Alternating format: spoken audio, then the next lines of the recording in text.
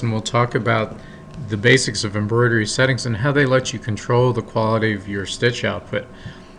What you see in front of here are two of the same letter in your Stitch and Sew software, and what we'll do is we'll change the settings on one of them so you can see what it does to each letter and to that letter and how that can that can mean for the quality of your embroidery.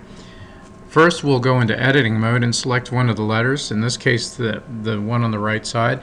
You can see the outlines of that letter appear, which lets you reshape the letter, and then when you reshape the letter, for example, and hit enter, that lets you basically cause the stitches to form to your edits. But more importantly, this is in that mode where you can change the embroidery settings.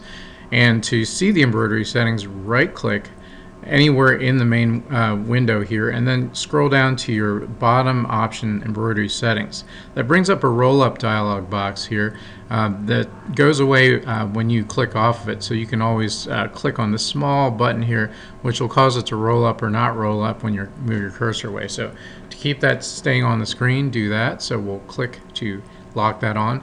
And first we're going to change the manual settings. You may have preset fabrics or custom settings. We'll go to manual so that we can change these settings, which will let us see also what it does to the stitching. You can see this has a central underlay, a fill underlay, and some stretch. Let's see what all those things do. And also a density of 3.5. We'll zoom in a little bit closer so we can compare it. Again, these are the same letter output at the same settings. First of all, look at underlay.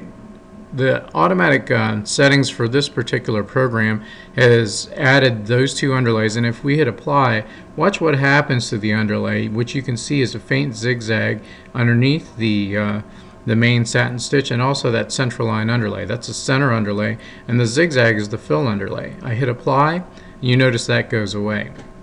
Also, you notice the outlines are the shape of the letter itself, almost like a cake mold forms the edges of a cake, and the batter flows to that edge. You'll notice that it seems to go beyond the edges of that outline, and that's because of stretch. So if we uncheck that and hit apply, now that actually goes truly to the outline. So and also we're at a density of 3.5, and you'll notice if I take this to the program's standard density of 4.0, watch what happens to the stitching. You can see it's a little bit lighter. In fact, if we go a lot lighter to a 10 setting, this is a backwards number, so the higher the number, the lighter the density. We hit apply, you can see that that affects how close together the rows of stitching are. So in summary, the density affects the rows of stitching and how close they are. 4.0 is a normal density value for ideal situations. And then as you need to make it more dense more commonly, 3.0 for example is a good heavier setting. And for really heavy applications like sewing on 3D foam, you may drop it to the maximum value, which is 1.0, which packs the stitches as physically close together as an embroidery machine can make them.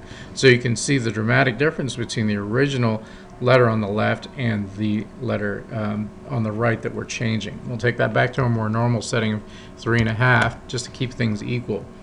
So now they're the same except we're missing underlay. Underlay, when we add that in, adds stabilization, because now you can see that line in the middle, and that sews before the body of the satin stitch, which anchors that part of the fabric to the backing or stabilizer, which causes it to not shift as we're sewing. We can add more underlay for either more loft, creating for example, the fill zigzag underlay, or additional support. Edgewalk underlay is the third that we can add, and we can add any of these three in combination, and that adds even more underlay stitching. This edgewalk underlay tends to clean up the edges as it picks up the edges off of the texture of the fabric, for example. But also keep in mind that it affects the stitch count. We're at 1,604. If we uncheck all of these three things and hit apply, we've dropped down to about 300 stitches. And on a 500 stitch a minute machine, you've basically dropped about 45 seconds off of the sewing time for this letter. I'm guessing you're sewing stitching a little bit low to give you some room. So those are your underlay settings, and finally the stretch value.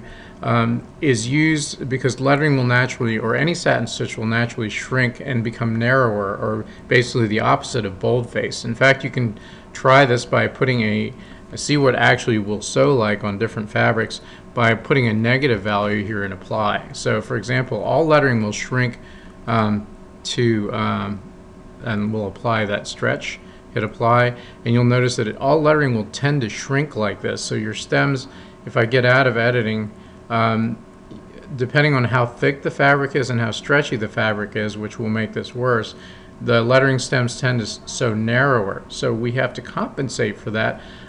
So going into stitch editing, going back into stitch editing, we will compensate for that shrinkage by making it actually larger. So we never usually make a -10 value unless you feel you've got to make your stems narrower, but hit apply and you'll make that go beyond, which takes that letter's width, that satin stitch's width beyond the edges to compensate, which is universally in embroidery called pull compensation, for the loss in width due to that pull, due to the thickness or the stretchiness of the fabric. So that's a good quick overview of the 3 major settings in Stitch and Sew that you can cover to control the quality of your embroidery stitching.